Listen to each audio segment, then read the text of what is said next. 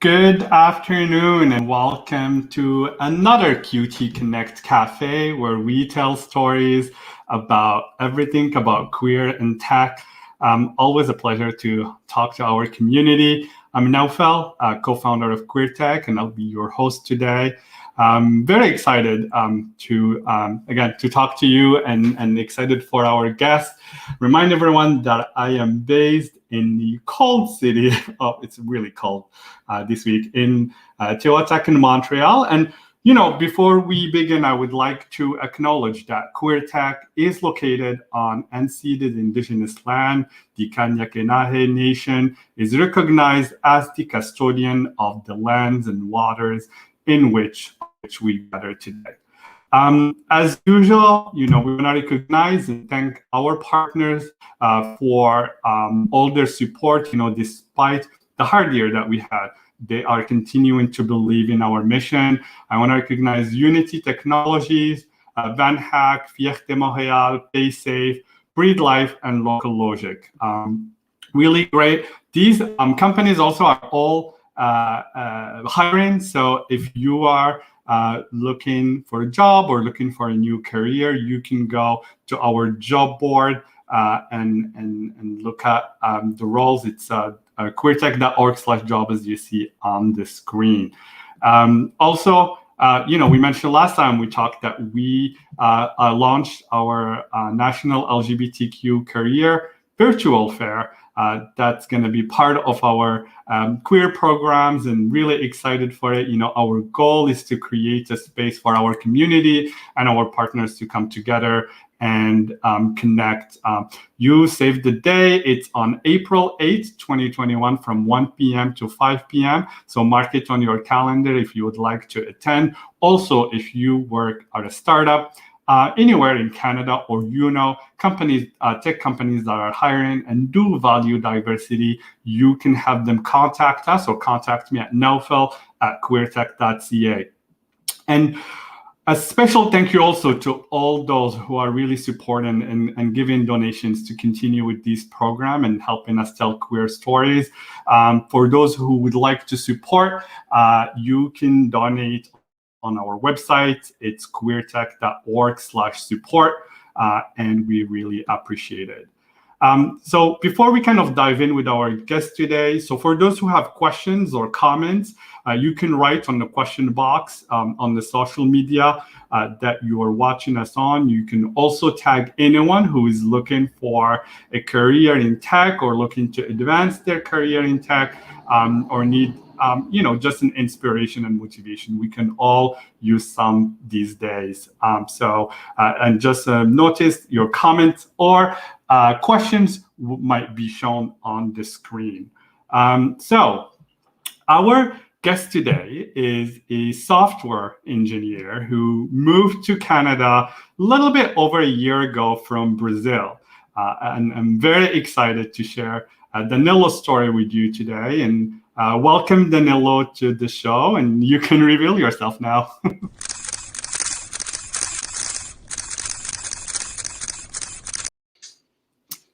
Wonderful. Hi, Danilo. Hello, everyone. Hi, Naoufel. My name is Danilo. Pleasure to meet you, everyone. Wonderful. Really excited to have you. So I know that you are in Vancouver, BC, a little bit warmer than us here. It's going to be -22 this weekend. So very, very cold. So how are you doing, Danilo? I'm doing great. Thank you. How about you? How are you doing? Oh my God, I can talk to you for an hour about that. I'm doing well. I'm doing well.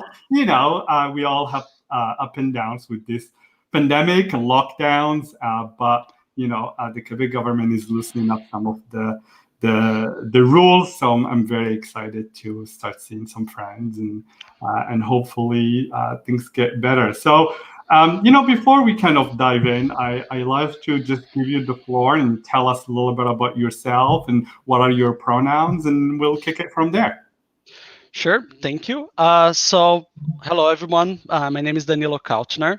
I am a software engineer that has been working on IT for 9 years, around that time. And my pronouns are he and him. Sorry. and I'm from Brazil. I'm from Brazil, São Paulo, the big giant city of São Paulo.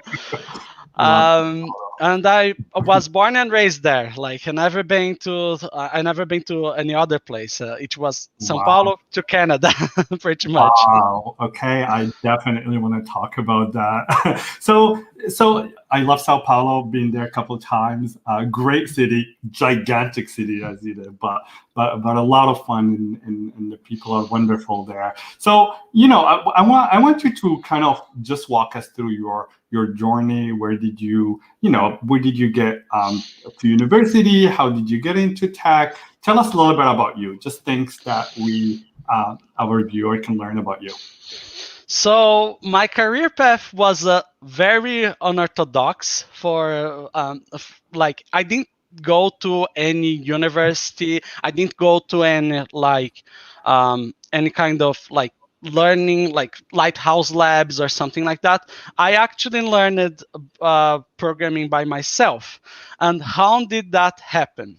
So when I was 16 or 15 years old, I started to have a technical course on design, on web design and design in general. And I got an internship on a place where they asked me, hey, could you make our website for us? And I said, yes, I can absolutely make the website for you. Here's the design. Here's where the buttons are. Here's what each element is in general. And they were like, oh, that's so cool. We love this. Now, when can we see it working? And that's when I kind of realized that when they said to me on the internship, they wanted me to make their website, they didn't mean the web design. They meant everything around the website, like the working website, really. Yeah. And any sane person would say, no, I don't do that, and I don't, and I can't, I don't know anything about programming, but I really needed the money. So Yeah. I said yes, Yeah. unwisely, but I did say yes. That's when I started like a really intense, I'm really intense like personal course on learning PHP, HTML, CSS, and MySQL. I remember I used the head first something like that like that, which is from Autobooks.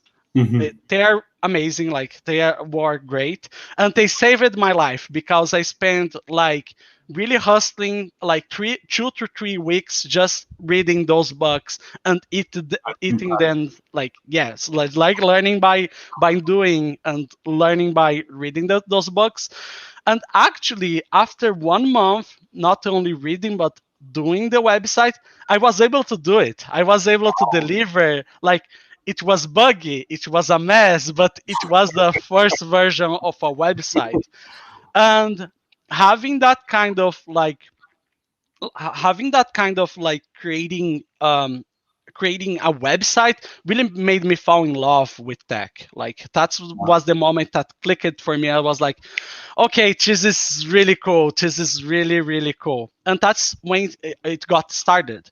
Yeah. I never during my 9 years working on that, like since that starting, I did try to go to university once, but there was two problems. First, too expensive, so I kind of gave up on that. And Yeah. second, actually my understanding was beyond what the university was offering to me. Wow. Like Yeah. my personal experience was already like they were talking to me about SQL, and I was like, okay, it is really basic. I really want to learn something Yeah. deeper, that Yeah.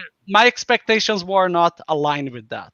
Yeah. But Yeah. Absolutely. That I have a lot of questions, as you see. I love asking questions, but so self-learning doing coding, one, like honestly, uh amazing, because I think a lot of people, when they think about coding, it scares them, right? So you were you were a graphic designer, you were a UI designer, and kind of like you went on this journey. Were you scared in the beginning? Like, how did you know which language to start learning, and how did you get yourself to continue everyday learning while, it must be hard because you don't understand sometimes what's going on.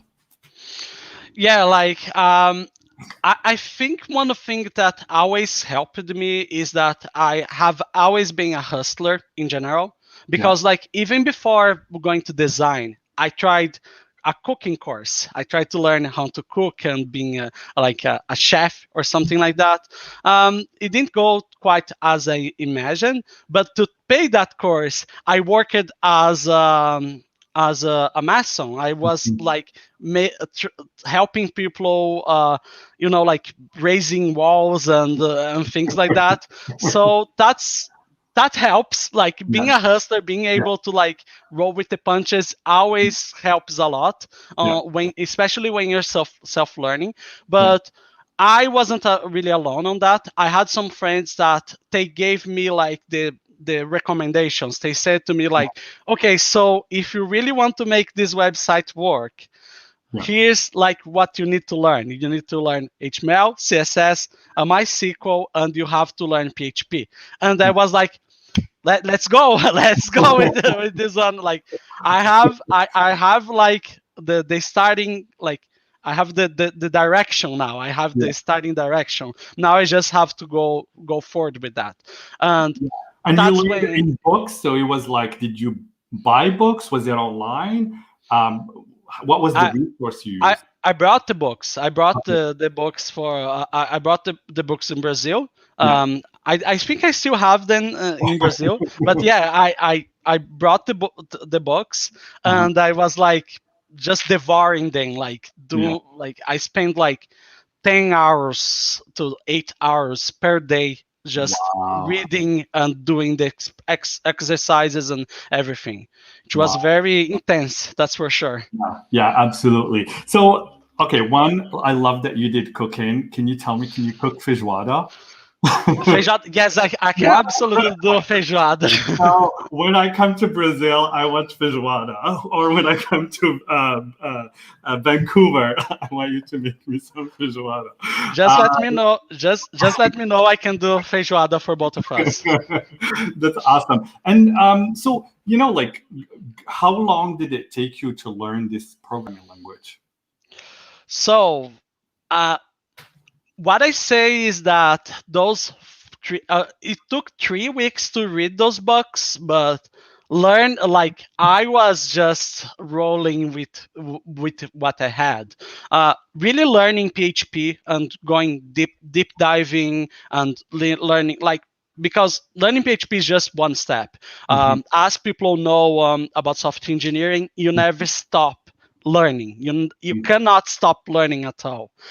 That's and learning PHP in depth actually took way longer than that. Like you can just hustle through that. Yeah. So I would guess 1 year to be very good to have some really good mastery of PHP.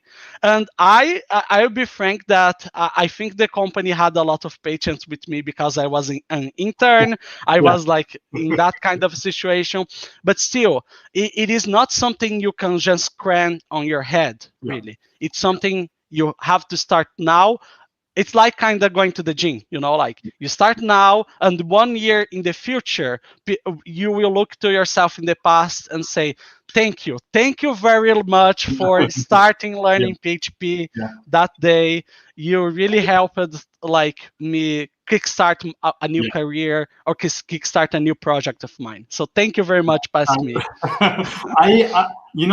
Perseverance and patience is definitely what I hear is important here. And like everything, there is a lot of theories that says you need to spend 10,000 hours doing something to become a master of it. And it's true, right? You need to practice over and over. And when it comes to programming, is very like experience doing it, and how many lines of code you write is very important. So I want to go into the part where how did your queer journey, queer life impacted you throughout this process? Were you out back then? Was it even factor in? Did you feel like you have to learn on your own? Like, tell us a little bit more about that journey going. So I discovered myself as a queer pretty young, not young, but like during teenage years, which I think have most of people find themselves in that situation. But one thing that really helped me was the internet. I was always very geeky. I was always like on the internet or playing video games or things like that in general. And I discovered LGBT communities on the internet before I knew I was LGBTQ. But talking with those people, learning from experience, like getting out of my comfort zone, and like because as everyone that has worked in a very non-LGBT friendly society, my idea of LGBT was like, okay, they are monsters or they are weird and things like that. But I took myself out of this and started involving myself, and that's kind of how I like the community on the internet at that time really helped me come out for myself first. And that was really important because as I noticed, I was noticing like, oh my god, I'm gay. I never like I was like, oh my god, how I never noticed that. Like there was hints, but I came out to myself. After that, I came out to some like one of my best friends. It was very funny because I came out to him and he was like, you don't look gay, like you don't. And I was like, yeah, but I am. I know what I am here. Like, and he was like, okay. So do you want? Can I share a secret with you?" Yeah. And I was like, "Yeah, you can do that." And I am gay too. And I was like, "What?" You're like, That's a double coming out. That's amazing. yeah, like we both came out to each other on the same day because like he felt so comfortable seeing me Yeah, coming out to him that yeah, he wanted to yeah, came out with yeah. me. Uh, Absolutely. And it's a powerful thing, right? I think a lot of people, we all go through that process, and making that big step and telling that first person is so important, right? And whatever that first reaction do to you really dictates also how you go about being comfortable with yourself for the next few months or few years, right? So it's amazing to hear that your friend also was gay and came up to you. yeah, and he still is very supportive of me. Yeah. Like he's an amazing person. We still like it has 12 years, 14 years ago, and we still talk and we still laugh about that. Like he's an amazing person, that's for Yeah, sure. absolutely. So, I want to, before we talk about your career, I want to touch base about, you come from Brazil, you grow up there. We know, from statistics, Brazil it's still a bit conservative when it comes to LGBTQ, right? There is a lot of, there's still a lot of homophobia and transphobia in Brazil. So, uh, when you were coming out, tell us a little bit, how did you feel? Were you able to tell other people? Were you able to tell work? And what were you thinking at the time? So at time I was thinking like I had a lot of support from that friend, but I came out also to my family, not my father, because I knew what my father would Yeah. say or react, but to other members of my family, like my mother and my sisters. I had varied reactions. So like my sister was very supportive of me. My mother, not so much, but as I grew up, I understood it was more like she was from different culture, so she really took like, but in the end, like at first she wasn't supportive. But I Mhm. always went there with my boyfriends and like with everyone, and I presented to her as my boyfriends, and she Yeah. was never like in the beginning she was kind of like wary about that, but after that she embraced everyone. She embraced myself as I was, my boyfriends, like everyone in my family Mhm. at that time. um, at work, it actually took way longer to do that. I Yeah. never came out at any kind of work until the work I was on a lead position. That was the only time. Uh, that was the only time, which was my last work experience Yeah. in Brazil, Yeah. because we, as you have said, and that is true. Like Brazil is very homophobic in general. Mhm. There's a lot of homophobia, transphobia, sometimes xenophobia. Like there's a Yeah. lot of phobias around the place. But the saving grace is São Paulo, because São Paulo has a lot of issues. It still Yeah. has, but it's such a big city that it kind of divided itself in some tribes, Mhm. like in a Mhm. way. So it is very common for you to have like there is some places in São Paulo that's it's perfectly fine for you to be with your boyfriend or Yeah. with your girlfriend or your true boyfriends or true girlfriends. Like it Yeah. doesn't really matter. Like some places in São Paulo it's very free. Like trans people can be themselves, but other Mhm. places you can't. Yeah.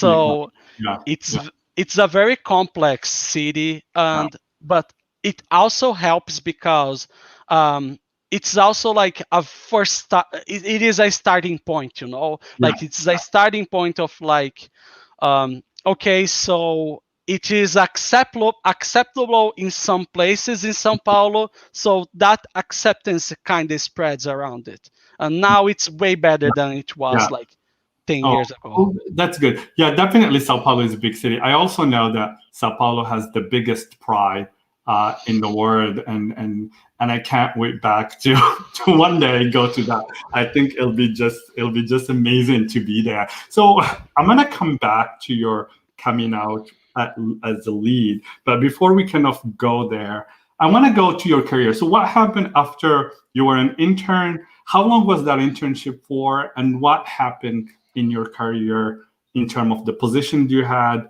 until today? So from after that internship, I started working as I got through a full-time job as uh, I was a junior engineer. In And company? no, not another company. I was working for now an agents like Yeah, which agency. Yeah. yeah, like which I was doing websites and backends for like a bunch of different other companies in general. And that's also when I started not only learning PHP but other languages. I was starting to work with like JavaScript, and I was starting to work with, for instance, Ruby and Mhm. Python. Mhm. But that's because the place I worked was very like, we accept any job. I'm pretty sure all our developers can do anything, Yeah. and like I was hustling with that. I was like, okay, so they gave me a Ruby like Ruby backend. I Yeah. never worked on that, so I need to learn. And the whole process I did before, I kind of did it again and Right. again and again, and that's how I kind of developed my one of the traits I'm very proud of. I'm Yeah. very jack of all trades. That's I know a lot of languages. I work with design. I work with leadership. I learn like I can touch a lot of places in the company. That's for sure. that's awesome. That's amazing. So what happened? So you were you were an intern. You did that. Then you had your first job at the agency. How long were you at the agency, and what was the next job after that? And it was one more year at the agency. Then after that, I went to a university Okay. again from internship on a cell phone company. The important, it was a cell phone company to an agents. Then after that, I went to a university where I was working like with government tools like APIs to Yeah. get information from like to get information of like what is the best sorry Yeah. what is the best what is the best, sorry, I really forgot the word, the It's best money lenders yeah. for the university, Yeah. which program the people should use. And I was doing a lot of data science, Yeah. again another completely different thing, but still it was one more tool in my tool, one more thing I learned in my toolbox in general. Yeah. Then after that, I started working. I started working freelance. If I'm not mistaken, yeah, I think I started working freelance, which was another completely different thing to do. Like I was starting to talk with people and negotiating not only like how much money I was going to get, but Yeah. also how much time I had to for the work. Yeah.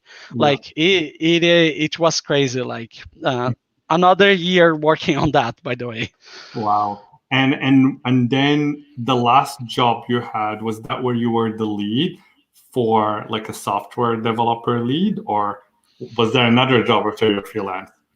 I think there was another. So I have 9 years working in general, like in Yeah. total, even including here in Canada.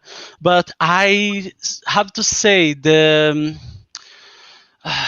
I think after that one, I did a little of volunteer work, Okay. which like I went to Casa Um, not Casa Um, sorry, this is another one, like Máquina do Bem, which is Okay. translated to Machine of Good, and Uh-huh. I spent one month there, working without with like it. I spent one month there working with no salary because we were doing a really cool job of creating a web app for the Chilean government to use on schools.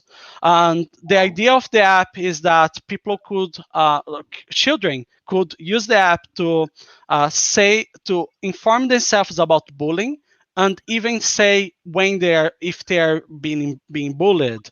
And like it's very it was very good because it was a job I was really proud of, because after we released it, like after 1 month, it was so good to see like the database increasing in size, like from 0 megabytes to like a little more like zero point 0.1, then 0.2, because we knew children were using it. We knew people in Chile were like, oh, we are using it to like talk about bullying in general. But the campaign, it was amazing. It was very good for myself. That's really amazing, and I love that you took a year off and volunteered to do that.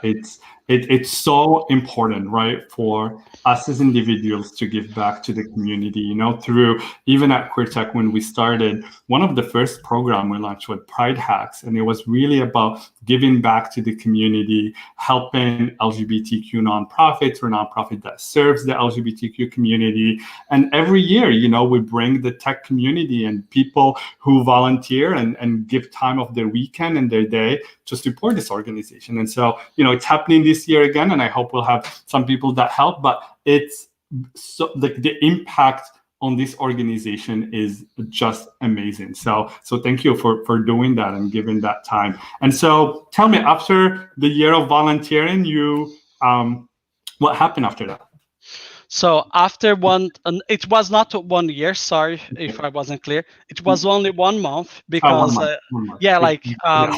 it was a very hustly project again, but it was very, it made me feel really good. But for the next company, I was working for Fabrica 162, which is something like Factory 162.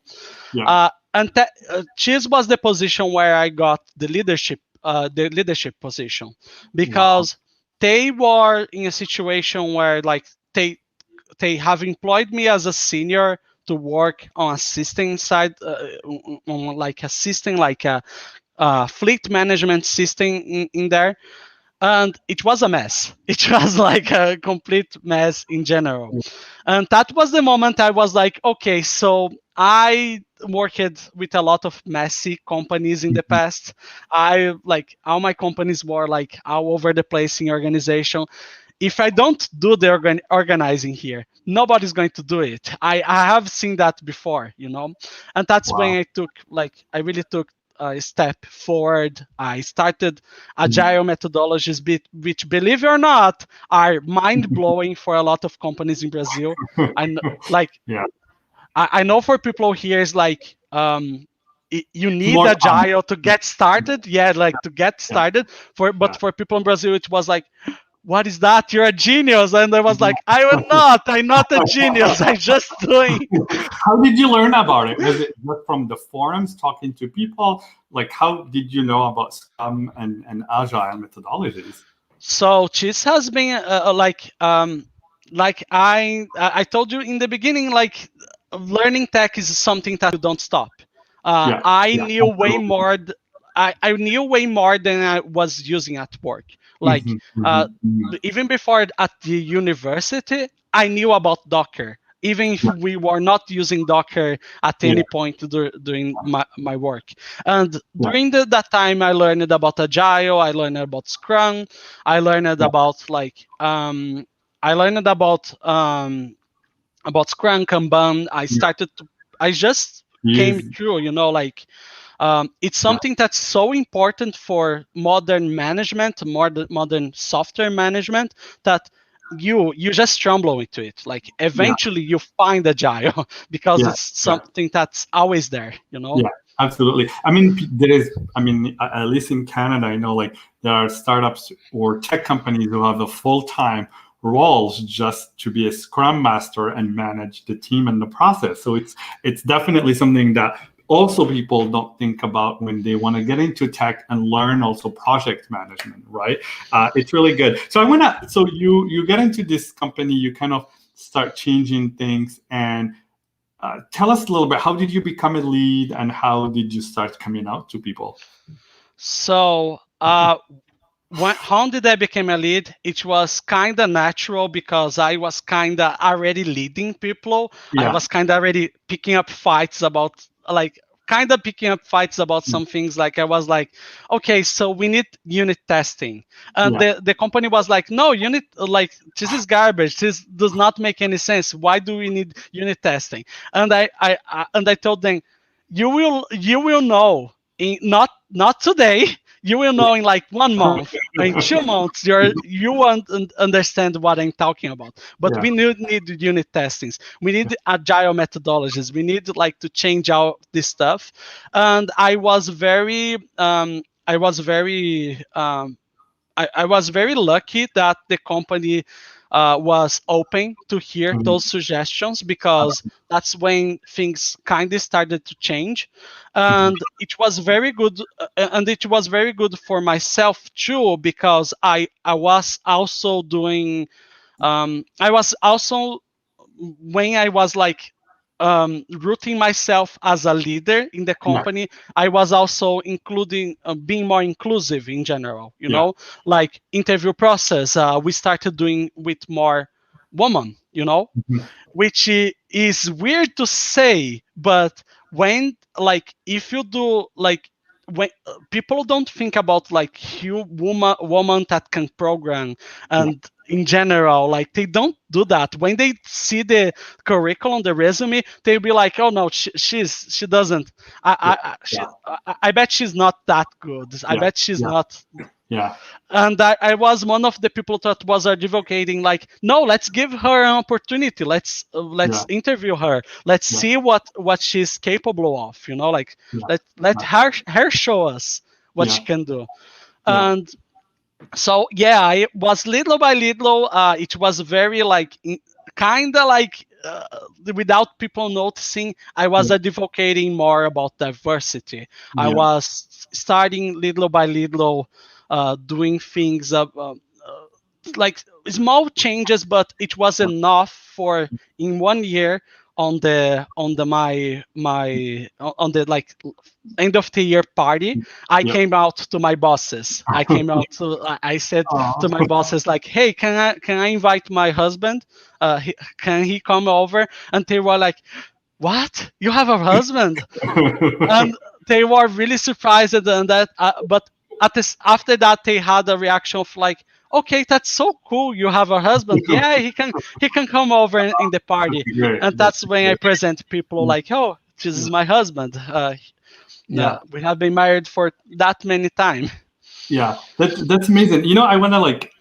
It's very interesting. We talk a lot about diversity and inclusion, and a lot of companies. The first step to it is really hiring the people in who are diverse, because they tend to also start thinking about that. And you mentioned I'm originally from Morocco, and I know, similar to Brazil and a lot of other places, it's still a very macho dominated society, man dominated.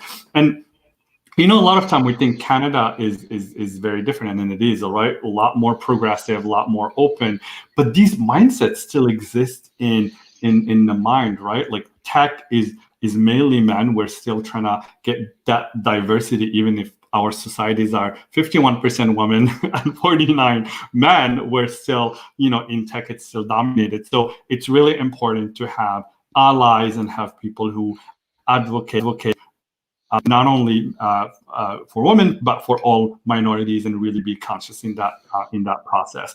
It also really speak, the culture of the company that you're mentioning. I was seeing where the story is going to go, because when you said they were open to changing things, and it showed there is a progressive mindset, right? That they are open to different ways and they want it to grow. They also gave you space to do that, which is really important. These are aspects of culture in a company that people don't think about, right? And giving your employee the space to grow and being progressive to allow them to learn is really important.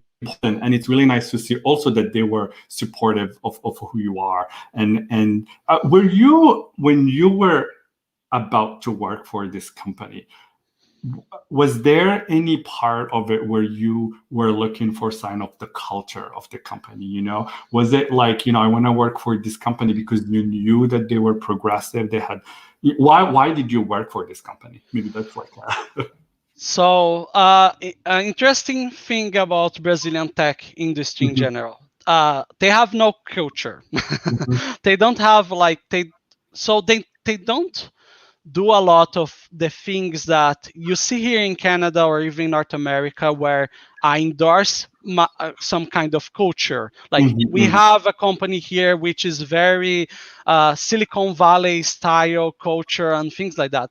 They don't. You have to kind of like go there and figure out what kind of culture the place is. Like culture was actually a word I started using more in Canada than Brazil. When I was in Brazil, I never thought about culture really. It was more the situation of I saw the opportunity, like I saw the situation, I saw the opportunity, I provided solutions for all the problems they were having, and and that's when they kind of let me in. And the thing about inclusion and diversity is that it's one small step. Letting in, like it starts in there, and then it grows. And that's what the growth was. Like I kind of went out of my way and stopped racist jokes around the office. I was like, I made jokes about the racists that made that kind of joke. Because then they live the other side where they become uncomfortable for what they said, and they are like, oh, hopefully they are like, oh, maybe I made other people uncomfortable also, right? It's fascinating. And so, I always watch the time as we go, and I have so many questions. So before, I want to talk about how you moved to Canada and your experience here. But before we do that, I just want to ask, when you start your career, and this is really interesting because you were a designer, right? And you built this first design for the websites, and you had this understanding of design. Do you think that your design background influence your programming? Does it influence you communicating between designer and programmers? I'm curious is that something that you think about? So this is another thing I'm very proud of. I really like my design background. I really like this. I still like design. I don't do a lot of design, but still study about that. And it is something that was very it made a lot of difference for my career in general. For the volunteer work, for example, they really needed a programmer that was kind of design, kind of programmer, because one of the designers, he was having a hard time communicating with other people in the company, like what he wanted and what was possible, because there was like kind of like a fight back and forth between the engineering and the design about like, no, that's not possible, but we need this and all of that. Myself being the middle ground, I could see some things coming before they came. I was like working with the designer and talking with the designer, and I already told him like, hey, this is not possible because of this and this and this and this. And since I knew about design, I could also suggest alternative, as I was like, oh, so how about we do that kind of design instead of a slider, we do like a fading or something like that. A fading would accomplish the same result because you're presenting the information little by little. So yeah, there it goes. Like this is it. There is like a lot of and even with the engineering, it was also the same. When the engineering was like, oh no, that's making this design doesn't make any sense. Like, why don't we make this more practical? Why don't we just do it without the design and all that? And I was like, I know how you feel. I know it would be way quicker to do without the design, but it's very important for you to have a better design because it will be kids that will be using the app. It Yeah. will not be adults.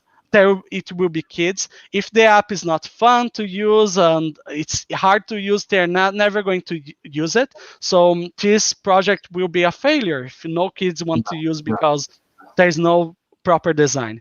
So yeah, like this always helped me a lot. Either Amazing.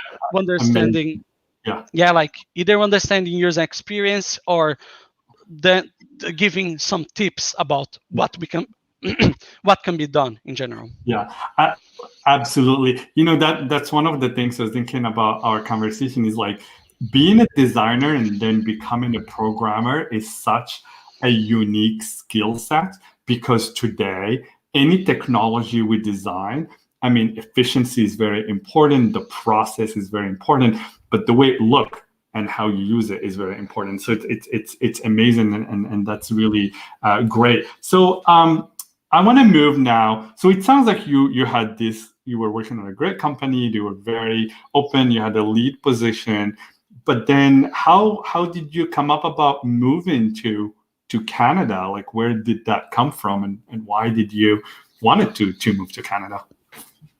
So I always wanted to move, always not, but it has been a lot of years since I started to think about moving to other countries Mhm. for a bunch of different reasons. It's not easy. It's never like there's one reason. No, it's never easy. It's either dissatisfaction about the country, curiosity about working in another country, knowing other cultures. Like Yeah, there was a list, pretty much. yeah, But I didn't know how to do that in general. I didn't know how to do that. And I remember when I was working, I started when I started on that leadership position, mhm, I learned about Van Hack because a YouTube video, and I was very so I came through Van Hack, if I yeah, didn't mention, yeah, and I knew about Van Hack because of a YouTube video, and I was very wary about them at the beginning. I yeah, was very like, oh no, they're charlatans. They're not like yeah, this. This does not work that way. So I didn't start like as soon as it was not something like, oh, I jumped in Van Hack yeah, like as soon as possible. I yeah. was actually just watching them and What? watching them and seeing how they were doing. And after some time I was like, okay, that's legit. that's Yeah, that's not yeah, that's not like something that's true. Like you can really go to Canada through Van Hack with a job, like yeah, with a good opportunity. yeah, But so after 1 year working as a lead, I signed in premium with Van Hack to start doing the classes yeah, because they have an open job board. You can just go yeah. in there, look at the jobs, you can apply to them. But I decided to go with premium Mhm, because my English wasn't so good at that mhm, time, mhm, and I didn't know about like international interview practices, mhm. and it was very different from Brazilian.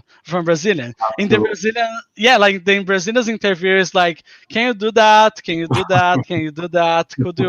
Yeah, Could you write something here? Okay, you're hired. Like it's a yeah, very one or two steps process. It was very it is very weird for me now, but at that time the international process was weird. Like yeah, take home test was weird. yeah. uh, Having like tell me about yourself, those common questions that you do in every interview was weird. So Yeah, that's why the interview practices really helped come true.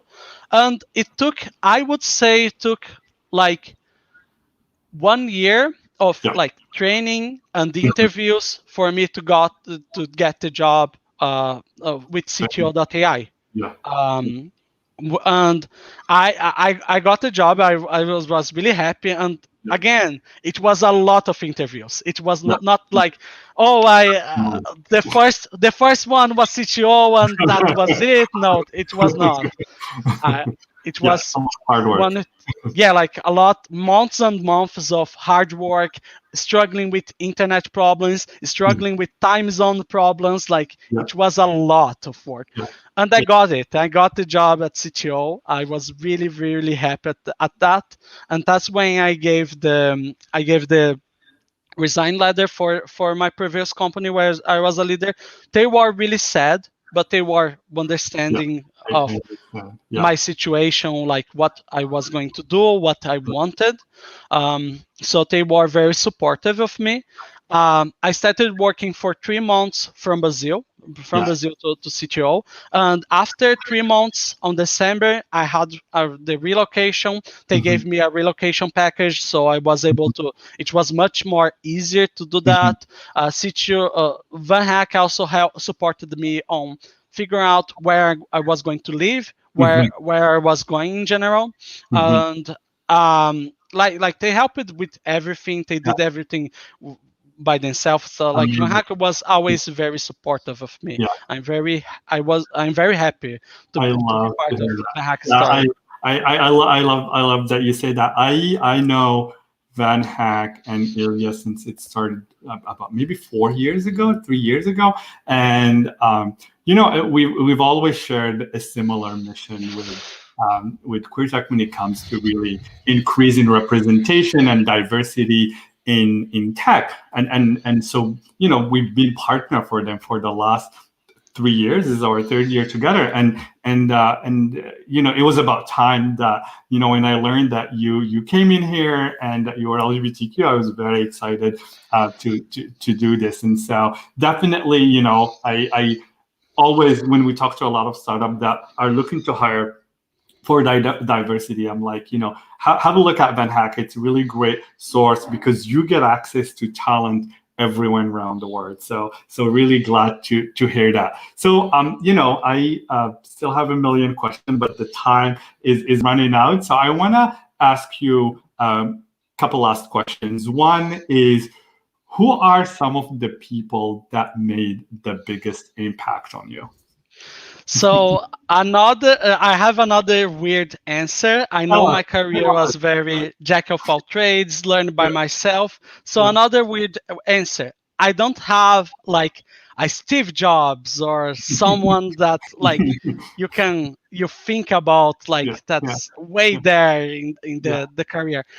I actually look for my coworkers and other people around me because Um, sometimes you can always find a lot of inspiration, not on like some higher beings, like some mhm, really, I mhm, don't know, like a Steve Jobs or something like that. mhm, You can always find inspiration mhm, and even like some kind of support on mhm. people around you. So I always try to learn a lot from my coworkers and my bosses. Like there's always someone that's very valuable next to you. You just A- have to be open to embrace them. Absolutely. And I love that you say that because I think, and this is why I asked the question, because it's not always some figure that everyone know. And some of these people are inspiring, but anyone can be inspiring to you, right? Like us doing these events and having you here, I'm sure you've inspired so many people and you've probably impacted so many people without even knowing. And it's really important to look around us. Um, um, last question, but not least, how, if people want to reach out to you and ask you questions, is Twitter the right place to reach out to you? Do you have any preference where people can reach out? You can reach out for me either on Twitter or LinkedIn. It's Danilo Kaltner, Danilo and my last name. I'm always open for answering any questions of Yeah, starting talking with people, and yeah, like just ping me a message, and I will be there to talk with you for sure. amazing, amazing. Thank you so much for today. Thank you for sharing your story. I hope that you enjoy the conversation and really looking forward to hopefully meet you in person when when all this is gone and we can travel. And I'm dying to go back to Vancouver. So Me too. I'm really looking forward. Thank you very much for having me, Naoufel. Thank you very much for giving me this opportunity. And I really hope that this little time we had together really helped people realize like they don't need a university degree. They don't need like it is hard, but if you hustle, if you go forward, if you have determination, and you like, and most of all, talk with people, embrace other people, and really show yourself to other people, you Yeah, can get into tech. You don't need a degree. You absolutely. don't need a lot of money. You can do it. Yeah, absolutely. Thank you, Danilo, for joining us today. And honestly, I feel very inspired, and I learned so much from this. You know, definitely perseverance and patience is very important, but really just connecting with people. And this is what QueerTech is about: is creating the space for our community to come together, and hopefully people can reach out to you and learn more about how you succeeded in your career and moved from, you know, a designer to a programmer to a lead. You're in Canada.